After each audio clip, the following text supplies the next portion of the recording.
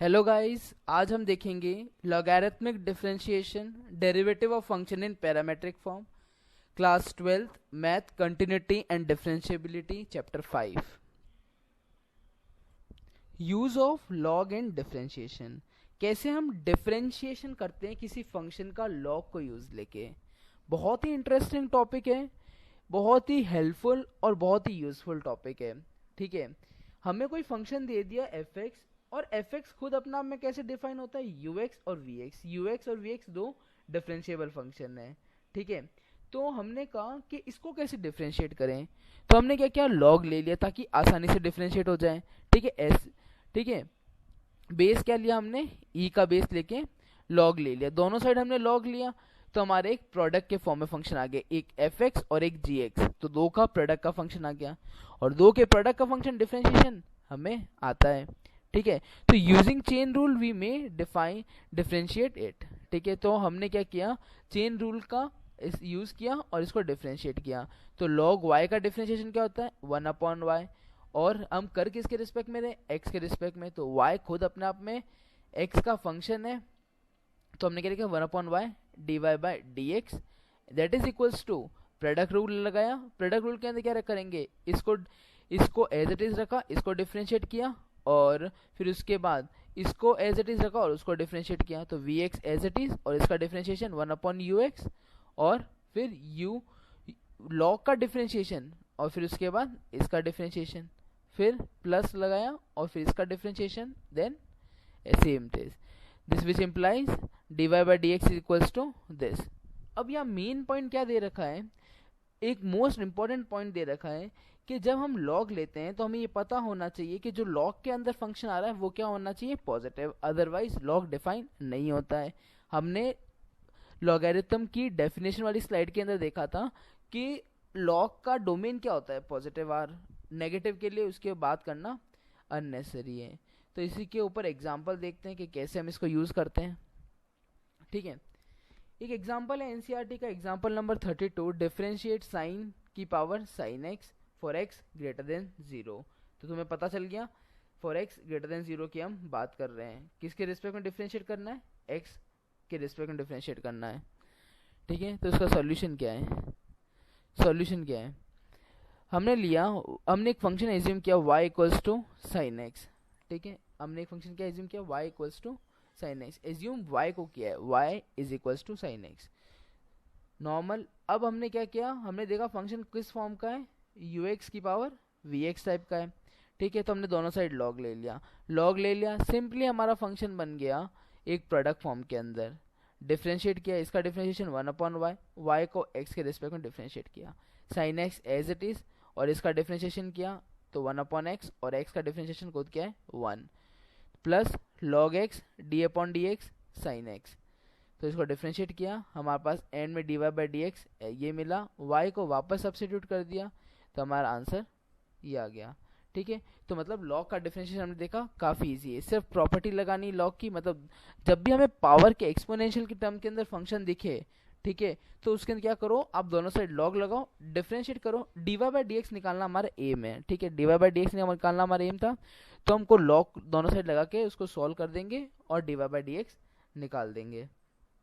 ठीक है, जब हमें पता होता है हमारा एम क्या है तो हमारा क्वेश्चन आसान हो जाता है, क्योंकि हमें निकालना है dy/dx, तो हमें पता है लॉग लगाऊंगा तो क्वेश्चन इजी बन जाएगा और आराम से मेरा dy/dx आ जाएगा।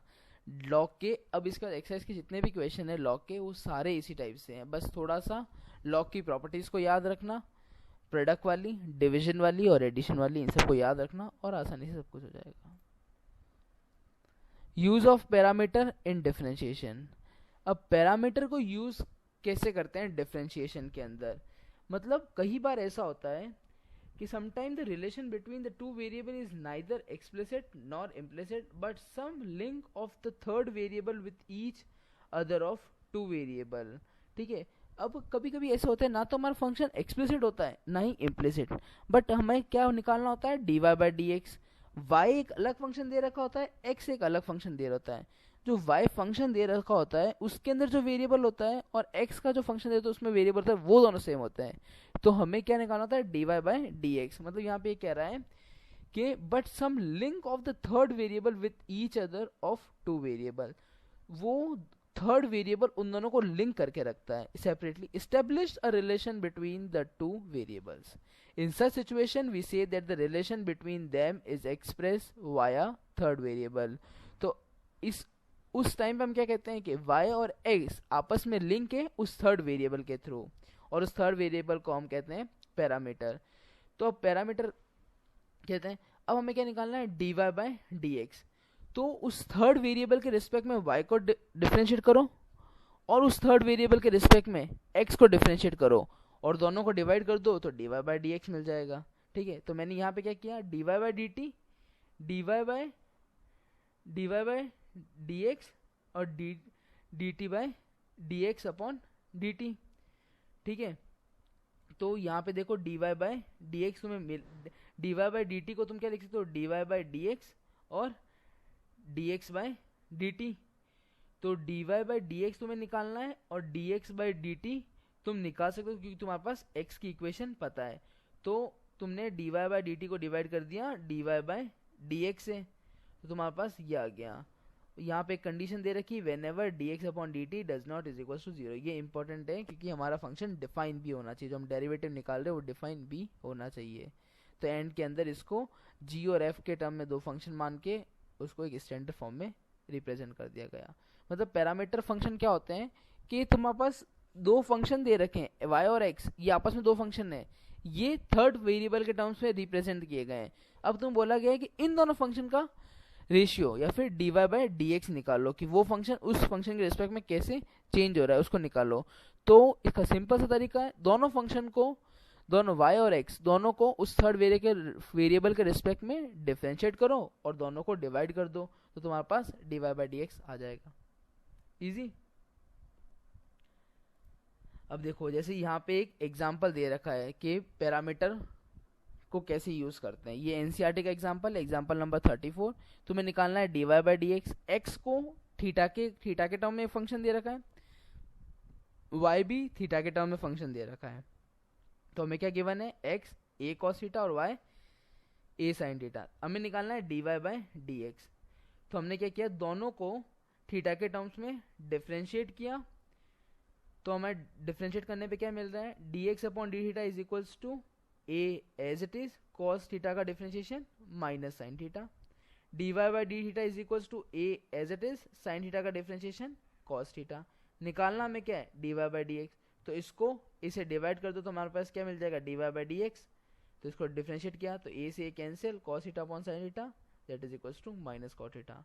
Very easy to perform all the parameter question. सारे पैरामीटर के क्वेश्चन बहुत ज़्यादा आसान है. करना क्या है, दोनों को जिसके थर्ड वेरिएबल के टर्म के अंदर रिप्रेजेंट किया गया है उसके रिस्पेक्ट में डिफरेंशिएट करो, जो चाहिए उस तरीके से उसको डिवाइड करो. dx अपॉन dy चाहिए होता तो इसको डिवाइड कर देते हैं इसके साथ. ठीक है, तो यहाँ पे हमारा पैरामीटर